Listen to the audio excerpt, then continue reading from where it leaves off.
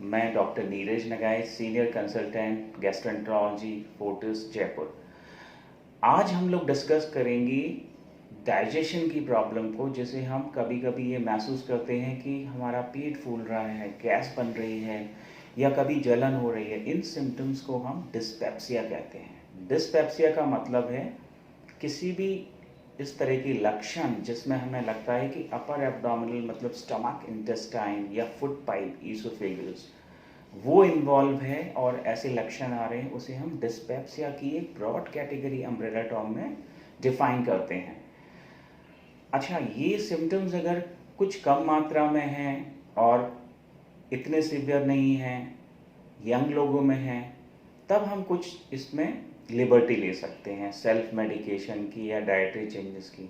But अगर ये लक्षण लगातार बढ़ रहे हैं, हमें वॉमिटिंग आ रही है, वेट लॉस हो रहा है, हीमोग्लोबिन कम हो रहा है, या ये सिम्टम बहुत ज़्यादा एज के लोगों में, एल्डरलीज में हैं, 60+ में हैं, या कोई फैमिली हिस्ट्री है कैंसर की, तो हमारे लिए बहुत इम्पॉर्टेंट हो जाता है कि हम इसकी प्रॉपर डायग्नोसिस बनाएं।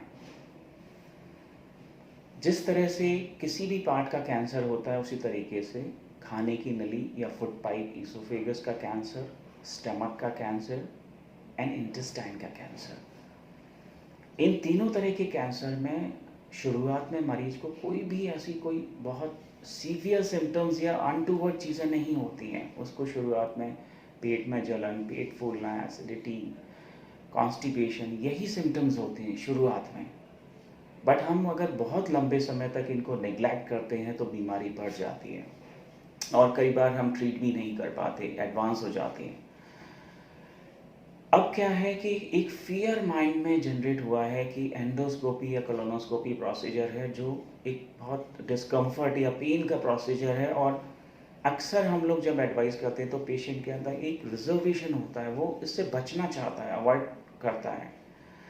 बट मैं ये एक मैसेज देना चाहूँगा कि जिस तरह से हर टेक्नोलॉजी में डेवलपमेंट हुआ है, एंडोस्कोपी की टेक्नोलॉजी में भी बहुत डेवलपमेंट हुआ है, और फोर्टिस हॉस्पिटल में जो स्कोप्स हम लोग यूज़ करते हैं वो उस सॉफ्ट टेक्सचर के, एंड इवन उसको पीडियाट्रिक पेशेंट में भी यूज़ कर सकते हैं, छोटे बच्चों में भी।